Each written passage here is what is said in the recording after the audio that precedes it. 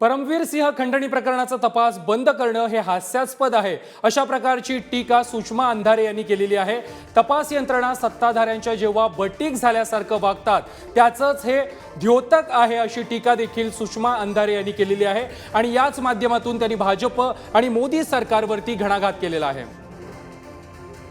परमवीर सिंगांच्या संबंधाने असणाऱ्या आरोपावर मात्र CBI closure report देण्याची परवानगी मागते, हे निव्वळ हास्यास्पद आहे। आणि हे याचं द्योतकही आहे की स्वायत्त यंत्रणा जेव्हा सत्ताधाऱ्यांच्या कच्छपी लागतात त्यावेळेला त्या कशा पद्धतीने मांडलिकत्व आणि बटीक झाल्यासारख्या वागतात। ज्या अर्थी ईडीसी, पण मला असं वाटतं की दिवा विझायची वेळ झाली की तो जास्त फडफडतो। आत्ता भाजपाची जी प्रचंड फडफड चालू आहे ती एका अर्थाने 2024ला या दिव्याची वात संपूर्णतः जळत आलेली असेल आणि ती विझलेली असेल।